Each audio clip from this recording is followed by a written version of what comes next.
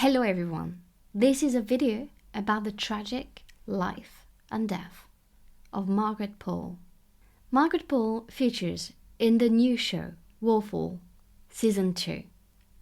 She appeared mostly in the first episode where she told Cromwell, "You're a snake," and he replied to her, "No ma'am, I'm a dog." But who was she and why was she executed in 1541? Margaret Pole is Countess of Salisbury, and she was born on the 14th August 1473. She was the only surviving daughter of George Plantagenet, Duke of Clarence, a brother of King Edward IV and Richard III, and his wife Isabel Neville. She is one of the few members of the House of Plantagenet who had survived the War of the Roses.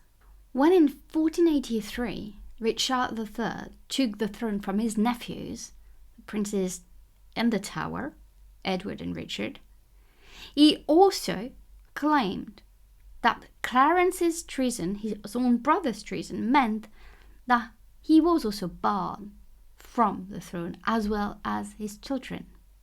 In 1487, Henry VII arranged a marriage for the 14-year-old Margaret Pole to his cousin and loyal supporter, Sir Richard Pole. Pole was of a lower status than Margaret, which was intended to undermine her status. The couple ended up having 5 children: Henry, Arthur, Ursula, Reginald, and Geoffrey.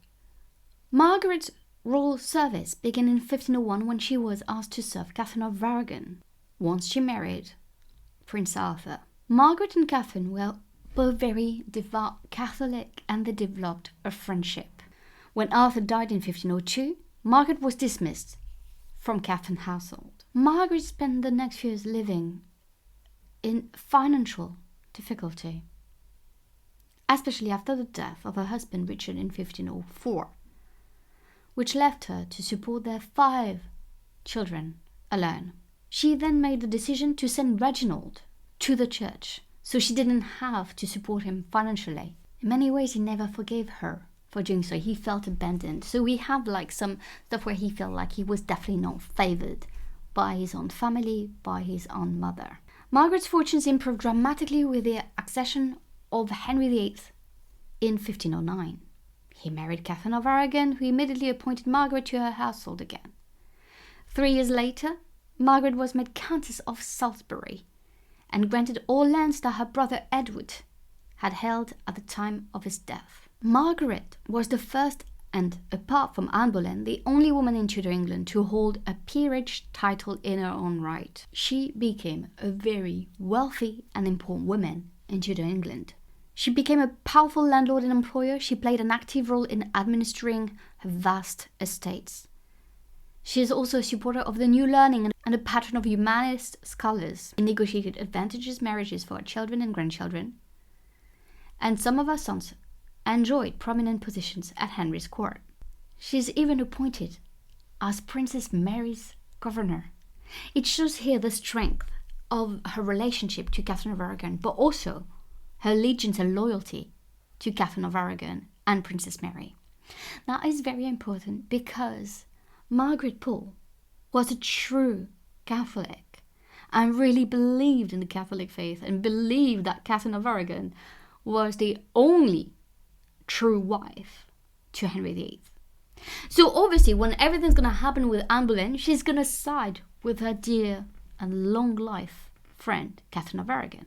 Margaret was serving Princess Mary when in 1533 Henry VIII married Anne Boleyn, and here she refused the order of the king to give away and give back all the jewels of Princess Mary. And she even defied him and said that she would continue to serve Princess Mary with her own money if he stopped paying for her household. The king at that time exploded in rage, and he said that she was a fool of no experience. What happened next is a turn of events, a shift of events for the Poles. Reginald Pole, who had been in Rome and who was a staunch Roman Catholic and later cardinal, openly criticized Henry VIII for what he was doing to England, both to what he was doing to Catherine of Aragon and Princess Mary. Margaret officially didn't side with her son and even rebuked him, but no one really believed that she was in a disagreement with her son. Despite their own personal problems, it was very clear that Margaret, deep down, agreed with what Reginald Pole was doing. In August 1538, her son Geoffrey was arrested following the discovery that he had been in communication with his brother Reginald. If you want, and it's what is depicted in Warful, is that Henry VIII really wanted Reginald to be arrested and tried for treason. And so, because he couldn't get his hands on Reginald, he was going to make all the other Poles suffer. Margaret's son Henry was executed. The Countess herself was interrogated by William Fitzwilliam, Earl of Southampton, a powerful Privy Councillor.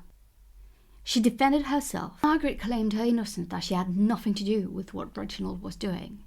But despite her claim for innocence, it didn't work. It was not enough for Henry VIII. She was committed to the Tower in late 1539, having been detained for abetting her sons Henry and Reginald. One of the biggest accusations that she had is that she was plotting to get her son on the throne by arranging a marriage with Princess Mary. There was no evidence of it, but Henry VIII was sure that she was plotting. Let's not forget as well, as I said, she was one of the few members left of the House of Plantagenet with her own claim to the English throne, which was obviously given to her sons, including Reginald Pole. The king started hating Margaret for all she was, and all the Poles for that matter. He really believed that she was conspiring against him, even if he had absolutely no evidence of it. At first, she was well provided in the Tower. She had servant, or at least one. She was given clothes, and Henry himself was paying for her food. In May 1541, the king suddenly ordered her execution. It is likely to be prompted by a rebellion that started in the north, that again, contested what he's done with the break with Rome, that wanted a true Catholic on the throne. And there was always this kind of fear that they would replace him with his own daughter, Princess Mary. And what better than with a stronger claim with someone else who also had royal blood, one of the Poles. There were rumors that Reginald Pole himself was trying to rescue his mother from the Tower. And I want to say that it's a bit ridiculous, because there really is, very resentment between Reginald and his mother, so I doubt that he was really thinking of rescuing her. Margaret Pole's execution came on 27th May 1541, and her death was brutal and cruel. According to one account, the axeman chased her around the block, and it took 11 blows to sever her head. This may be exaggerated, but Chapuis himself, the Holy Roman Ambassador, attested that the elderly countess had suffered at the end of a wretched and blundering youth who literally hacked her head and shoulders to pieces in the most pitiful manner. When Reginald Pole heard of his mother's death, he declared that now he was the proud son of a martyr. 3 centuries later, Margaret Pole was beatified by Pope Leo XIII for having laid down her life in defense of the true Catholic faith.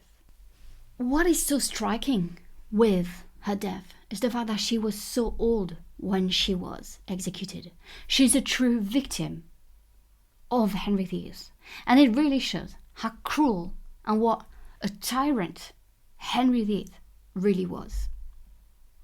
I really hope that you enjoyed that short and sweet video on the life and death of Margaret Pole. Leave in the comments any questions you may have. Thank you so much for watching.